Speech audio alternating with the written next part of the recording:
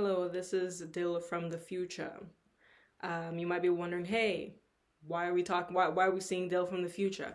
It's because after recording an hour and 15-minute long video of my reading wrap up of September, yeah, I just had to close the laptop because I'm filming on my MacBook, hence the grainy quality and overall shitty quality. I just had to close it and be quirky, be cute, you know? Yeah, don't do that. Because I'm recording on photo booth, and photo booth yeah, it corrupts the shit out of the files. Now the files are already .mov, which means that it's basically useless. So having, I don't know why, because when you close on an iPhone, it gets saved if you're recording something. So I don't understand why MacBooks don't have that installed. So the files are available. Listen, do you see the bags in my eyes? It's because I stayed up until 3. I'm trying to fix this shit. Anyways, make a long motherfucking story short. I have the file. Unfortunately, shout out to that guy on GitHub for letting me for making it so that I could uncorrupt the file so I could save the file, because I tried to get a service to fix it for me and they quoted me $89. Yeah, taxes included. So thanks, shout out to that guy. Love you down. Unfortunately, the frames of the original video are messed up. I've tried fixing it. I spent hours trying to fix it. And I also spent way too long on CapCut trying to edit it. I even did a CapCut free trial trying to fix it. So the frames are out of order, with the audio. It's not syncing. It's not just a simple matter of being able to slide the audio back and forth and try to fix it or speed up the video. It is genuinely that the frames don't sync up with the audio. It's a big issue. It was in the quoting and stuff like that. They said that it would, that would happen.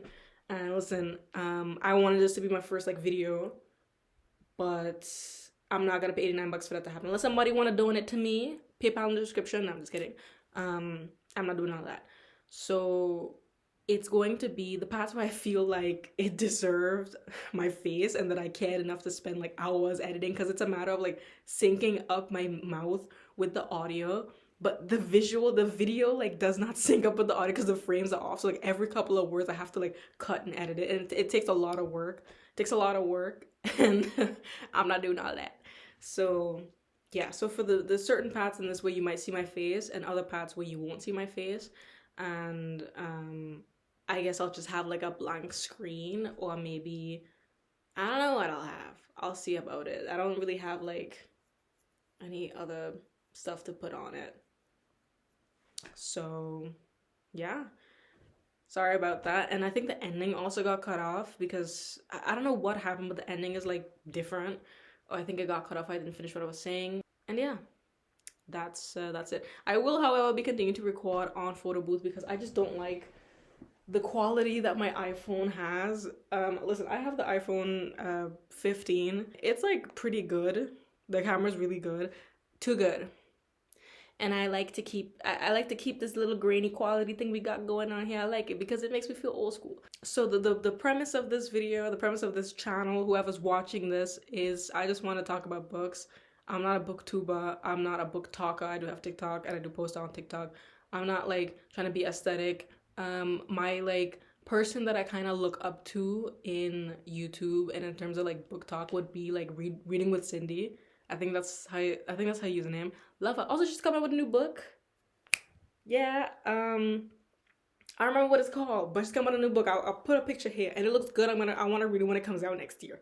Cindy, yeah, I'm not pre-ordering that because I can't afford it right now. Things are tough, but I'm gonna read that. It sounds really interesting. It is YA, but I don't care. YA. Anyways, but yeah, I just like the way that she just sits down and talks shit, and I'm not eloquently spoken. I would say I don't remember all the books that I read, every single detail. I'm not particularly interested in certain genres, and in other genres I'm very interested in. I'll read anything, honestly, but yeah.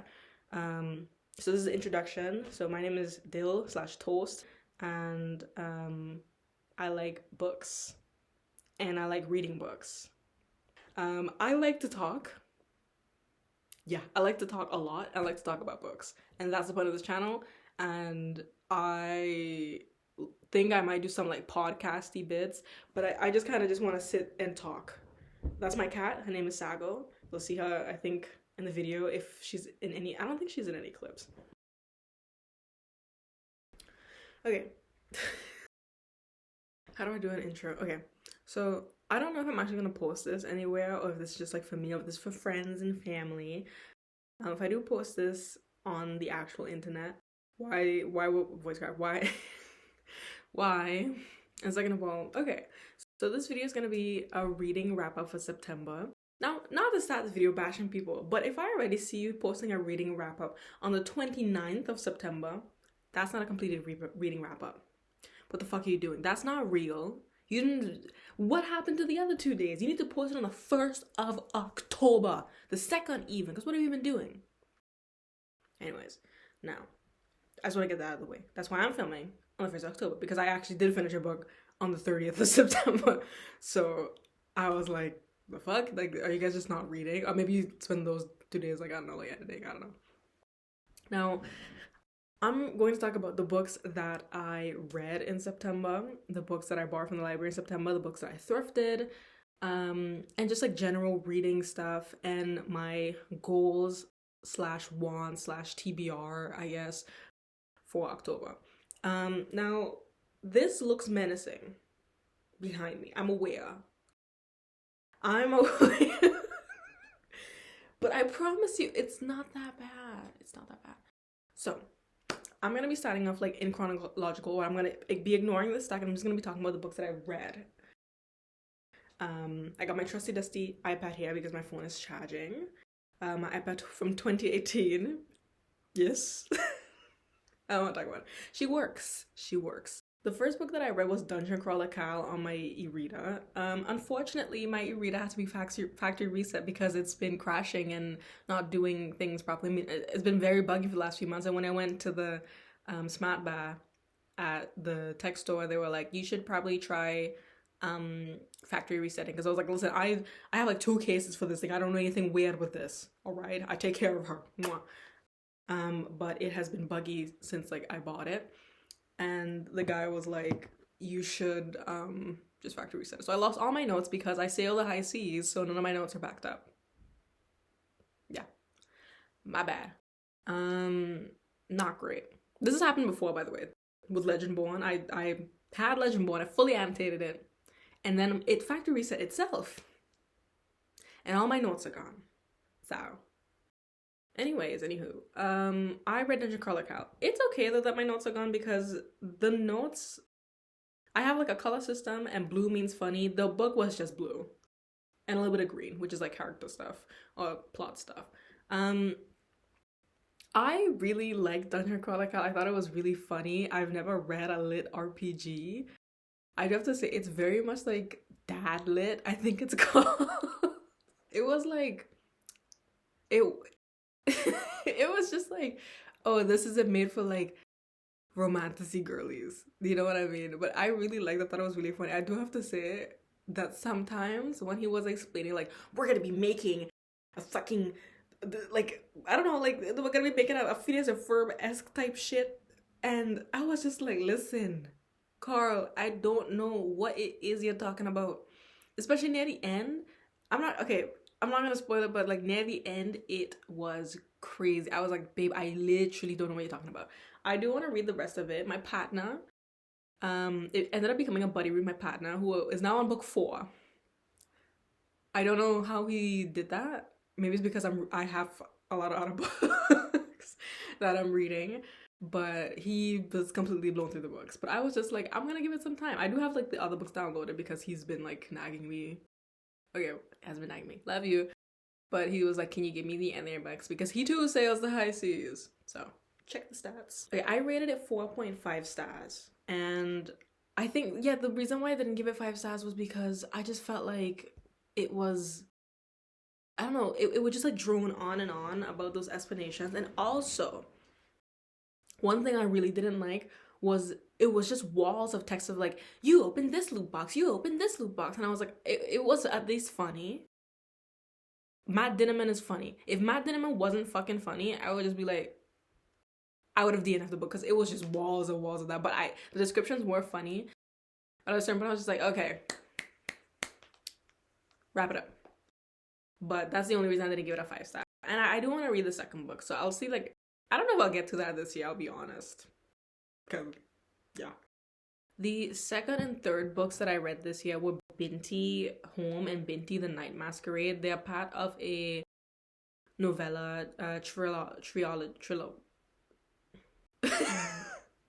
Binti is part of a novella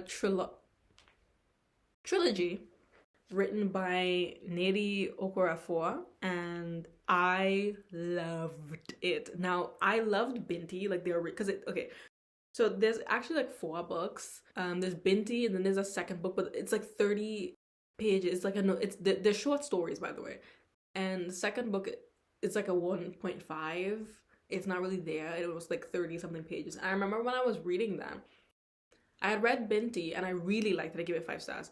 And then when I was reading the book in between it, I was like, I don't really like it. And when I started reading the second book, Binti Home, it felt a bit like, I was like, where's it going? I was very confused because, and I was a bit disappointed because I'd given Binti such a high rating and it had left such a huge impact on me. It was my first short story.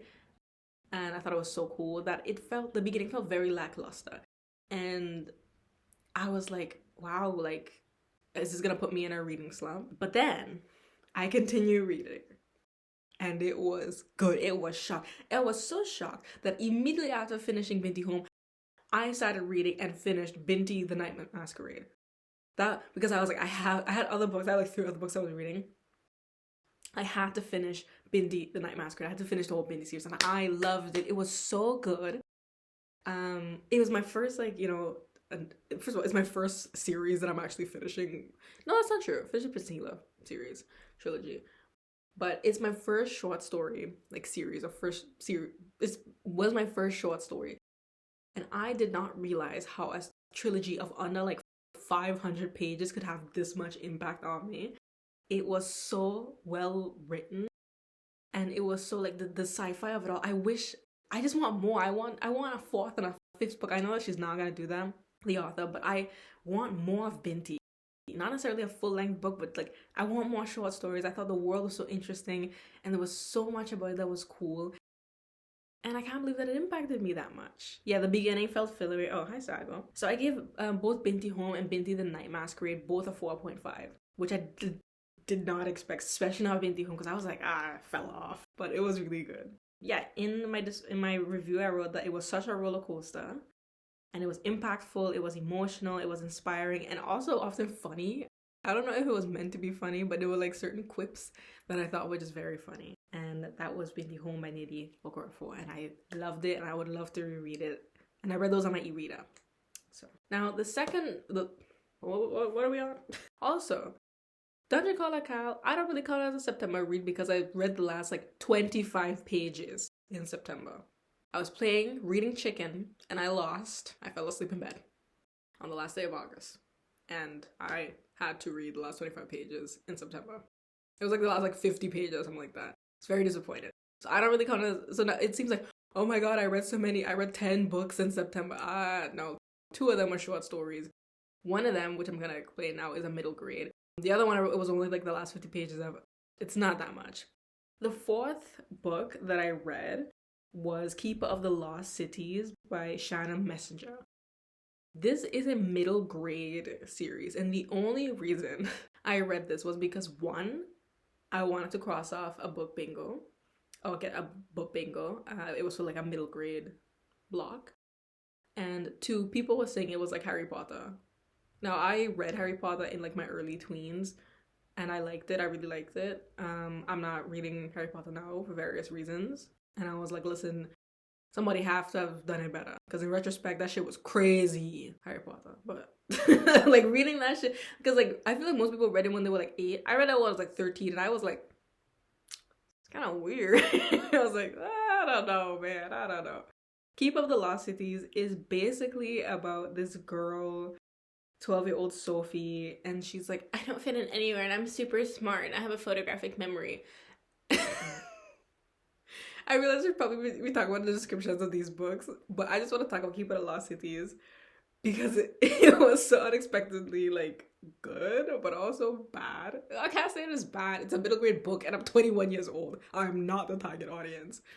But And okay, so basically she's like really smart. And then one day some like elf guy takes her away and she discovers like her family isn't her real family. And that's why like they kind of don't really like her and everything she's known was a lie. And like there's like different cities, like Atlantis is real, like elves exist. Or I think they're like fae or some shit. I don't know. I don't remember. Um and she's discovering like this new thing and she has to become enrolled in school. Well, also, and this is the kick, this is why I want to read the second book, because she is basically, right, she can't remember when she got like her powers, because she has powers, right? But like normally you get them from like birth, but she got them when she was like 5, and she's like the strongest in all of these different like magical powers and stuff like that and different stuff. And people are like, whoa, like that's kind of crazy, because like there's years in the school and she's like a first year and she's like beating fourth years. You're like, that's kind of crazy. And not a lot people like aren't supposed to know that she's from the human realm because humans are stinky and gross. But the guy that like brought her to the elven fae world is like, oh my god. And his dad, who is like how now her guardian, is like, what the fuck, oh my god. And he knows that there's so much secrets. And hi Sago, please don't talk about the books. Please, I'm begging you. But basically, I'm gonna spoil this because I don't think anyone's gonna read this fuck ass middle grade. Okay, it's not fuck ass. It was actually really cute middle grade book.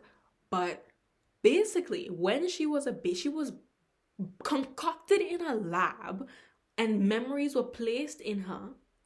And she's, so it says keep of the lost cities, right? So she's the keeper of these like memory and these important things or something like that. And she's basically a fucking weapon. So you have like this rebel group going after her. And she thought the rebels were the one who implanted shit in her brain. But turns out there's another group. And it's like a secret project. And it's like kind of crazy. And I'm just like, if this was in middle grade, middle grade, I would be eating it up. But I don't have to say, reading middle grade made me realize like, wow. When I was a kid and they were like, oh, you're like a gifted child, like you're reading beyond your reading level, that did not mean shit. Like for my age, I guess it meant shit. Reading this, I was like, this, like, because I think it's written at like, I don't know, like a sixth grade? Like a sixth grade level or something like that or below. I was like, oh my god, like this is a sixth grade level. The plot is too good for it to be middle grade. I don't know. But I give it a 3.25 because one, the middle grade writing. I do have to say, if you look at my storygraph, like calendar, I read like 95 of this book in one day in bed. And I read like 450 pages in one day. And you might be thinking, oh my god, that's so much. It was not. Like the language in which it's written, it's not Babel by R.F. Kuang. It's not the Bible. The devil from the Bible. It wasn't like crazy. So it was really easy to like get out, but some things are just like, okay, this is really written for a different demographic and I can't really vibe with that. So that's why I gave it a 3.25, but I did really like the plot and I do want to see what's going on. I want to see what's happening. So I'm either gonna find a summary video or I'm just gonna like read it.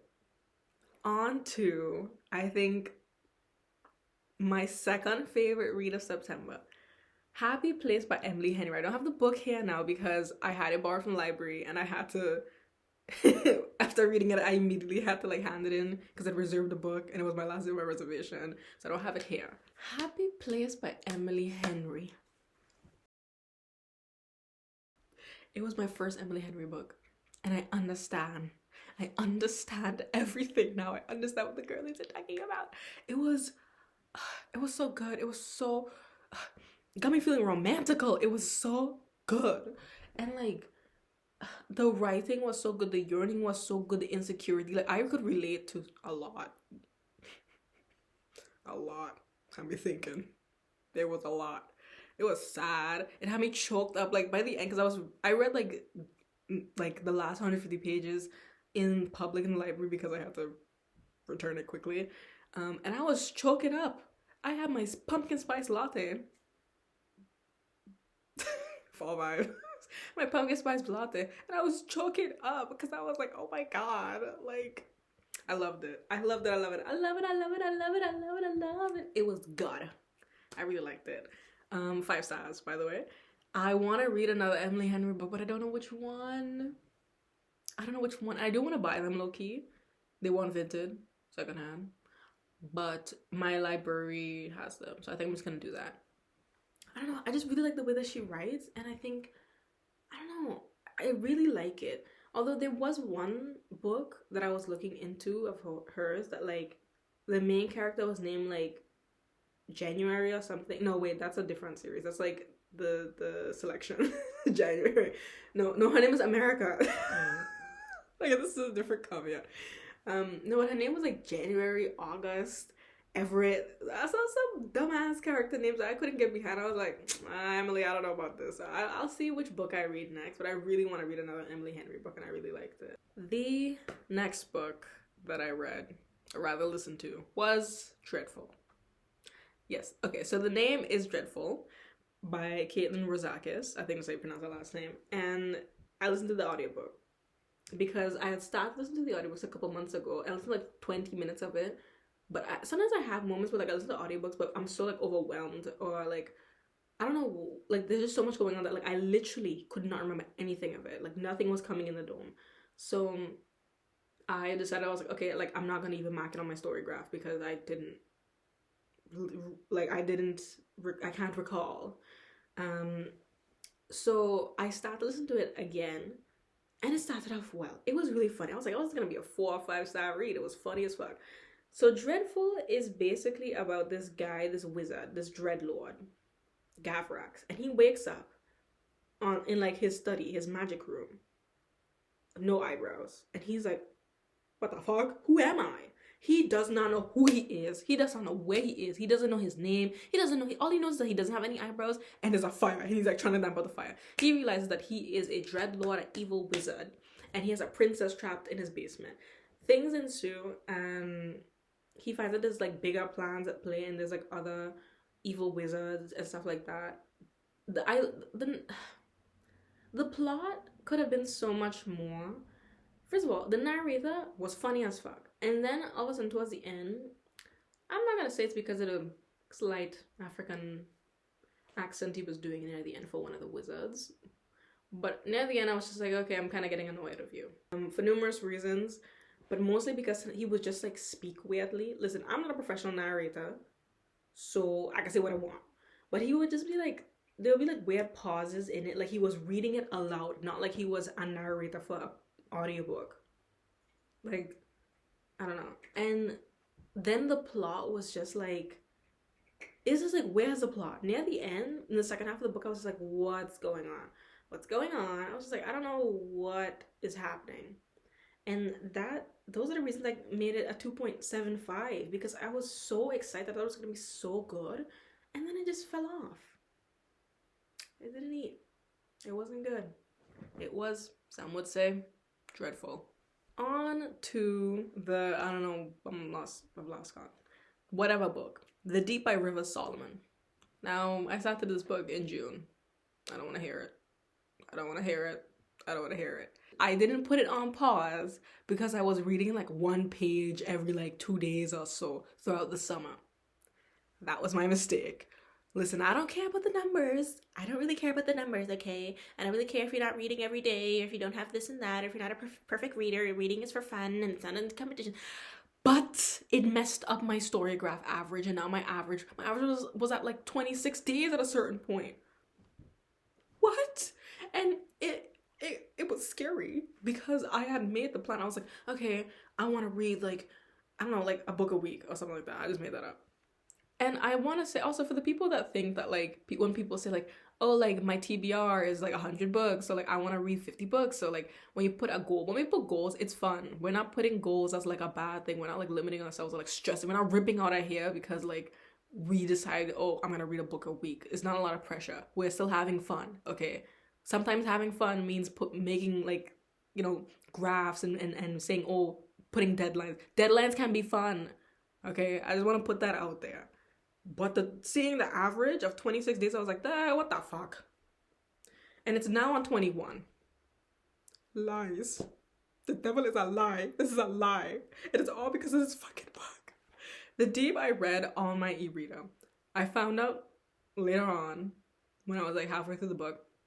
The book is 176 pages, by the way. that it was available on Storytel as an audiobook. And it was narrated by David Diggs. I was like, ooh, I kind of want to listen to that because I really like David Diggs and his voice. I thought it was really cool, but I didn't. I instead chose to continue reading. And I do have to say, I gave it a 3.5 because I thought it was disappointing.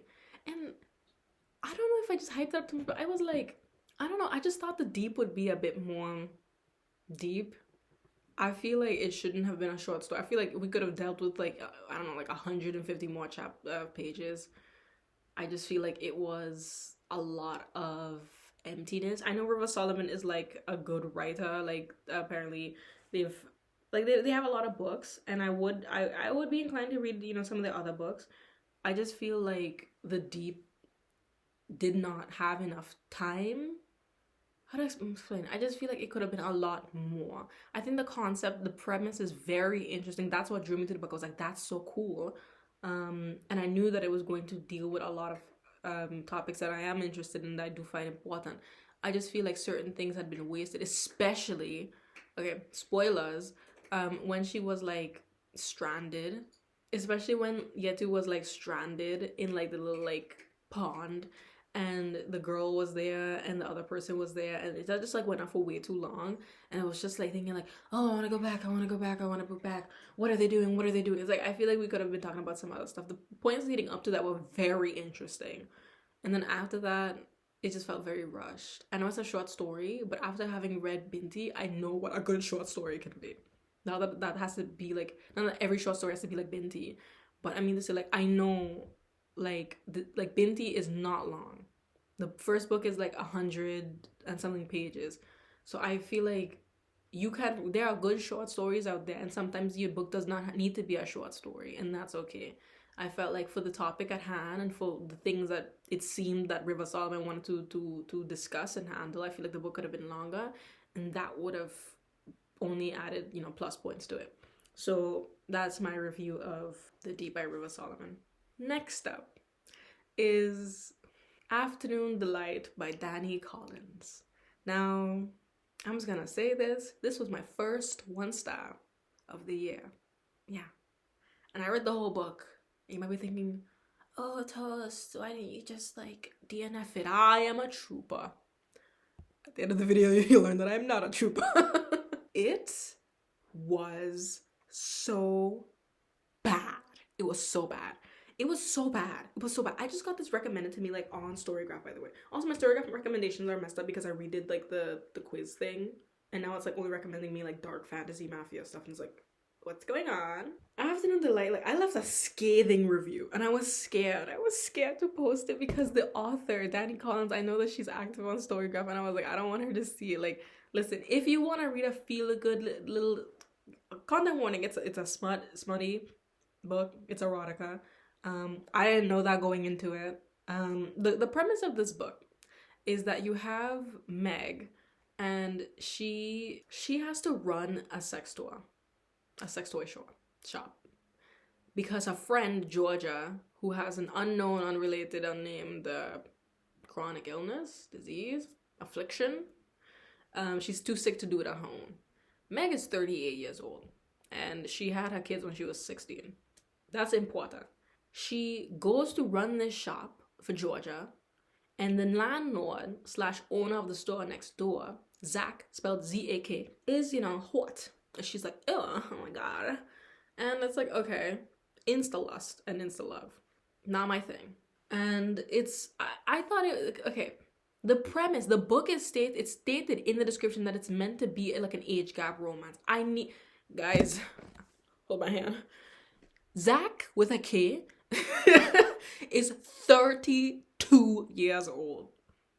Let me remind you, Meg is 38. And oh my fucking god, I don't know how old Danny Collins is, or maybe this is just her own like reflection of her insecurities, but for some reason she thinks that 38 means you're a geriatric fucking wrinkly old hag.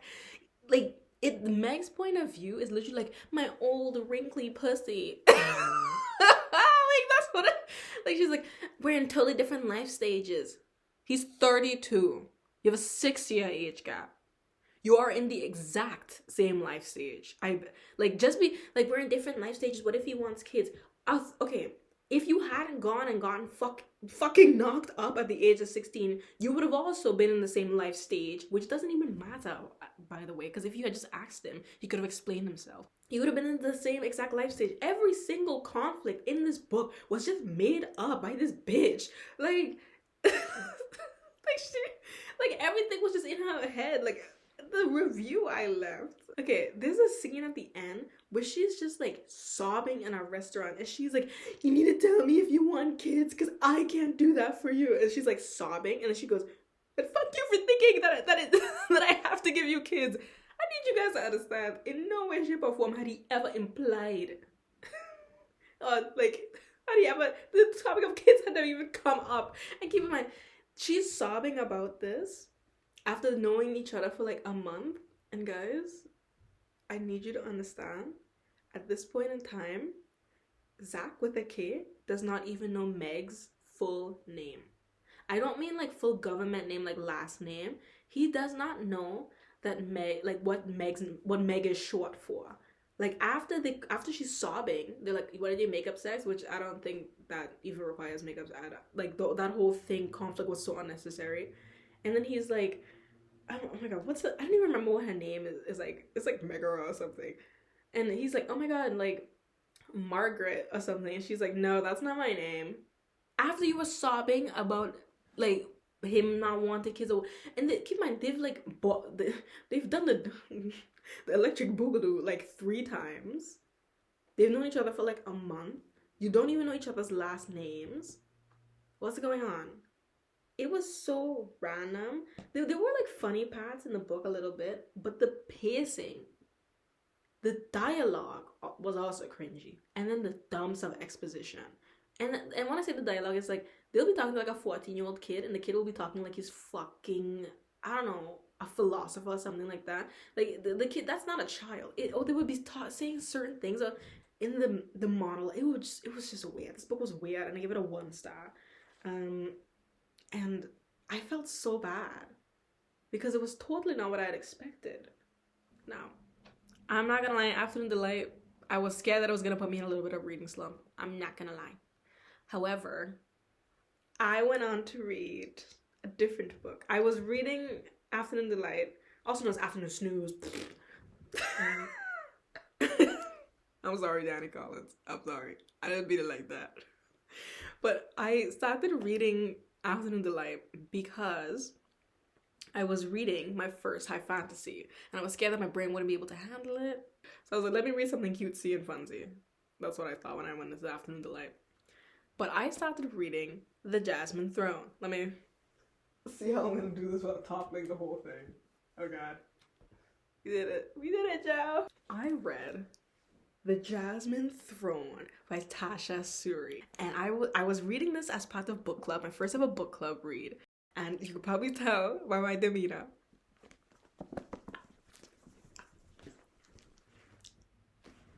It was so good. 5 stars. 5 stars all around. 6 stars, actually. It was so good. Now, the spine, she's been through it. This book's been through it. I've been through it. I need the second one. I need the third one immediately. Trying to save money though. So if any of y'all out there wants to, you know, donate the second one, what's it called? The Oleander Sword. Hit me up. It meant a lot to me. I love this book. It was so good. First of all, I didn't do any annotations. Even though I own this book, I did no annotations except for taking pictures of parts that I liked and saving them in my phone. I regret that so much. I wish I had, but also I had been reading this at moments where I didn't have like access, even if I wanted to annotate, like to pen and paper. I don't know. I could have annotated it, but I didn't. I regret that so badly because now I just have a bunch of pictures. And if I'm gonna edit this and anyhow, like that's the sound of me adding pictures. The yearning, I have to say, the romance in this is like kind of the B plot. It is the B plot. It is, okay, so this book is about me reading. I promise you guys I do remember what I read, but it's just I forget the names of the main characters. I remember everything, but I just don't remember the names of characters really. This book is about Priya, and Priya is a maid servant to a lady who I won't talk about because you need to read the book. And basically, there's this ancient temple, and in the ancient temple, the Hirana, is an imprisoned princess, the sister of the emperor, to the whole like place, right? And I just want to say, the map in this, lovely. I was scared to pick it up because I was like, high fantasy means maps, and I don't like that. That's why Priory of the Orange Tree has been sitting on my shelf for the past 4 years. Yeah. After reading this, I'm like, you know what? Yeah, I want to read another lesbian high fantasy book that's like really long. This is 580 pages, but no, it's like 530 pages, almost 40. It's a thick book. It's a pretty big book. But the maps, oh my god, like this is obviously like not real, but it's like a how do you say, like an abstract, semi-abstract map. I loved it. So basically they're in, I don't want to spoil it because you have to read it. Malini, Princess Malini, is the imprisoned princess in this ancient temple, the Hirana. And she's a sister to the emperor, Chandra, I don't know if it's Sh or Ch. And he's the emperor of the whole kingdom of Parijatvipa. It's the D going onto the V that always makes me up. And he is crazy. Like, he is like, you know, if you guys have seen Game of Thrones, you know, the Mad King, yeah. That's him. He's out for everybody. He's out for everybody. I wish I could explain it. I mean, it's in like the first like 2 chapters. Fuck it. Basically, he tries to burn his sister, and his sister's like, nah, fuck it. But he's trying to burn his sister after he finds out that she's trying to overthrow him. For different reasons, but I'm not gonna explain it. She's trying to overthrow him. So he's like, oh, okay, you gotta burn for different reasons, but I'm not gonna explain it. And she's like, I refuse to burn. It's a religious thing, right? The burning, not her refusal. And he's like, oh, okay. I'm gonna put you in a temple where nobody can get to you. And she has like a first lady in waiting, I guess, not even that, who's poisoning her basically. So it's big spoilers, but I'm just so excited. And then you have Priya, right? And Priya ends up going to the Hirana because there's like 6 or 7 maids that go up like once a week or like at night when the princess is sleeping, because Emperor Chandra is like, no, I don't want you to talk to nobody, I don't want you to see nobody, no human contact, you're gonna spend the rest of your days there, sis. Okay? Nobody's gonna talk to you. You're not gonna see anyone. Confinement. Priya and Malini end up doing things. That's what the whole story is about. So it's a big political, as I said before, she's trying to overthrow him. And the romance is the B plot. Because the political tension between all of these, like, there's like different nations and stuff like that. There's rebel groups and there's secrets. And, ooh, the secret. Oh, I'm getting chills about it. This is a big spoiler, so I'm not gonna talk about it in detail. Read this book if you want big political drama, if you want intricate political, you know, tactics, if you want a lot of action scenes, because there was a lot of more action scenes in this than I was expecting. Also, there's magic. There's crazy magic, and it's not like Western European. It's not like, oh, we're back in Westerosi, you know, like that doesn't even make any sense because it wasn't really magic in that. But it's not like normal, like, Western magic, you know, when you think of that, it's like, ooh, spells and giggly boop. It's not like that. The magic in this is so cool, so interesting. I love reading books because I can literally see it. I could literally see it all playing out like a movie. The magic is so cool. The magic is so cool. And like the way that everything is described, and the prose is so good. It's like the writing in this is so beautiful. And oh my god, I love this book so much. I want the second book. I want a second book, so I want to finish this. I want to finish the next book in this so bad. It caught me by surprise, and I would have probably never heard about this book if I hadn't read it for a book club. And I was just like, you know what, let me try it. Best experiment ever. This was amazing. I'm recommending this to anybody who loves high fantasy, who wants to try something different, who loves the yearning and the romance in this. It's so like, because you know that it's not like the main thing, and it hurts so bad. It hurts so good. It's it was so good. I really liked it. Ugh, such a good book. 5 stars, 6 stars even, 10 out of 10. I loved it. Would recommend again and again. A shame I didn't make annotations. My bad. I want to read the second book, but I'm gonna try to read other books on my TBR first. When I say TBR, I just mean from the library, because the due dates are coming up, and I can't push them further anymore.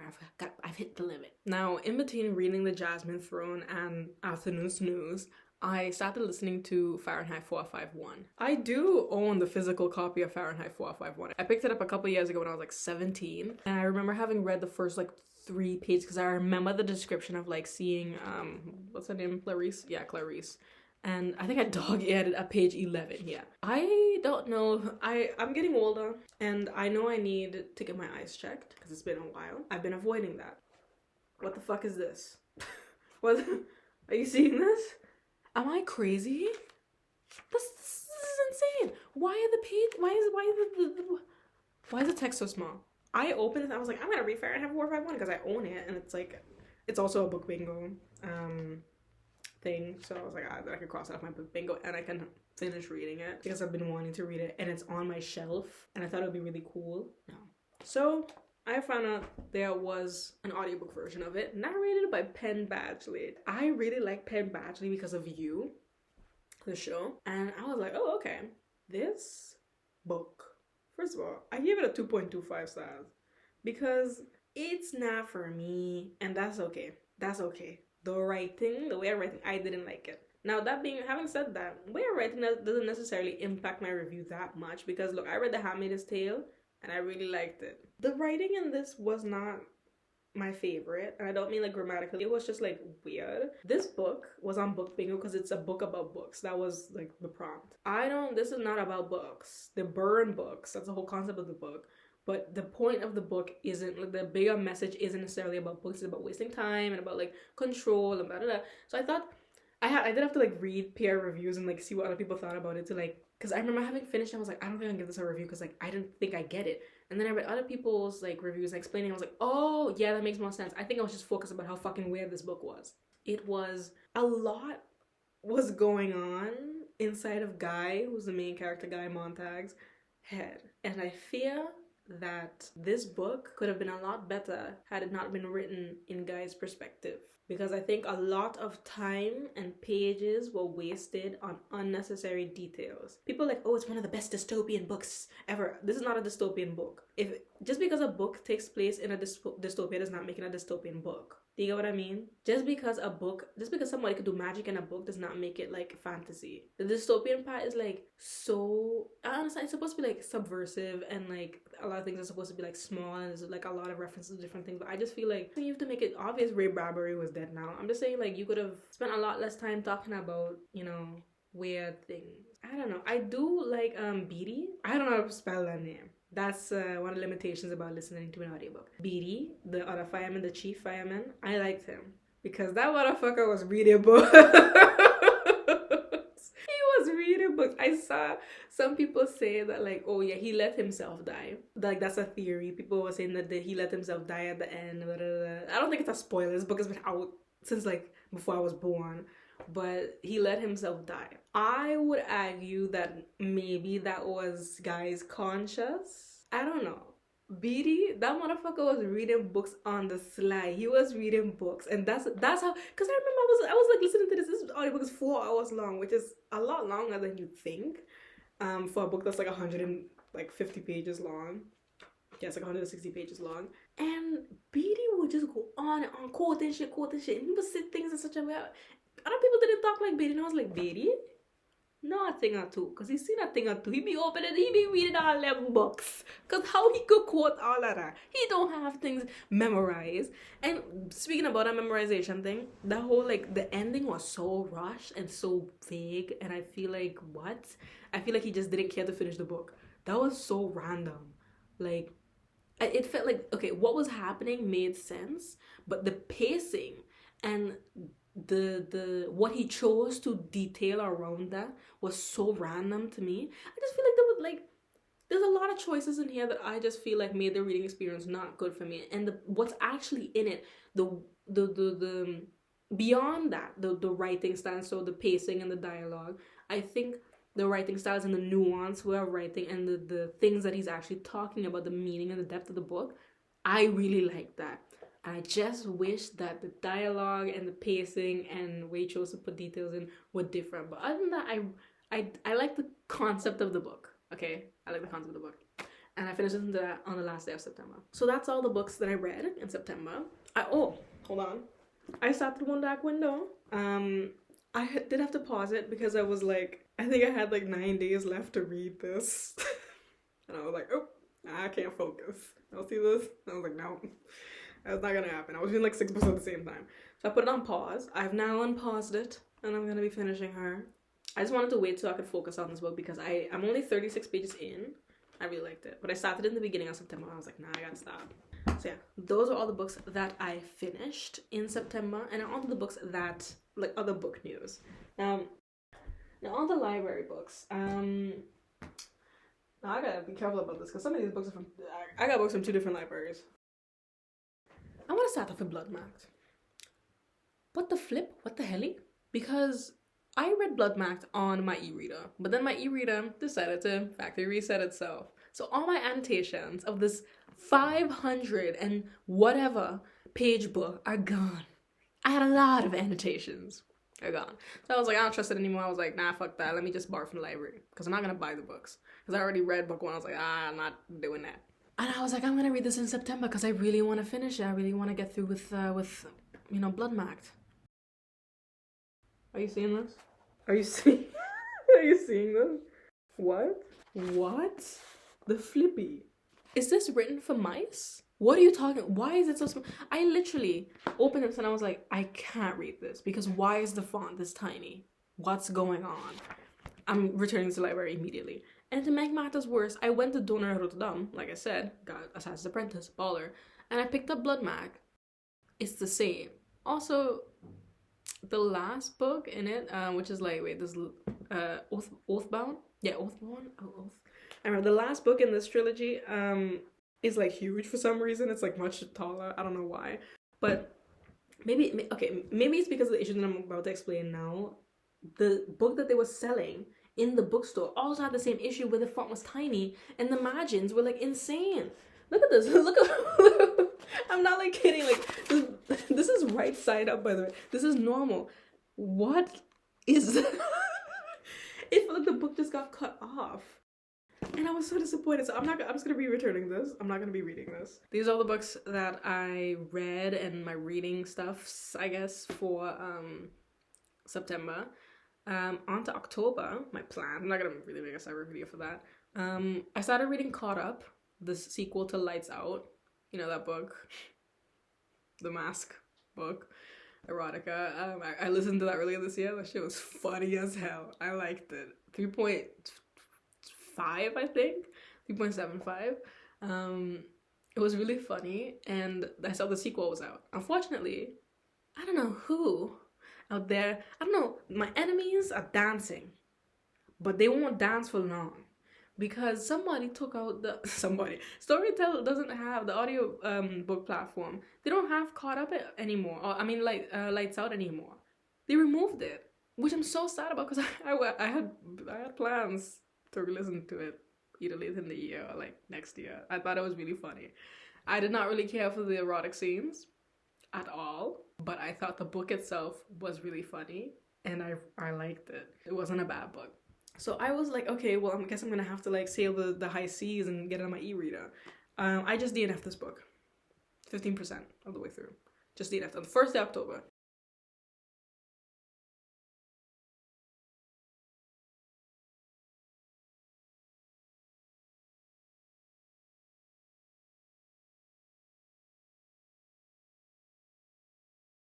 So yeah, oh my god, I got scared that the laptop shut off again and that the video got corrupted. Apple, what is this?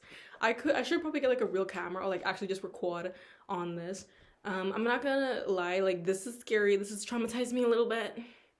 This little incident with the photo, like I spent like hours like crying. Cause listen, yo, like it took me like, it was an hour and 15 minutes long recording. I'm not gonna remake that. Dude, all those books that I showed, it was so much work. I was tired. Me sitting on my floor talking about books. It was so much work. You have no idea. And there's like a blue collar guy.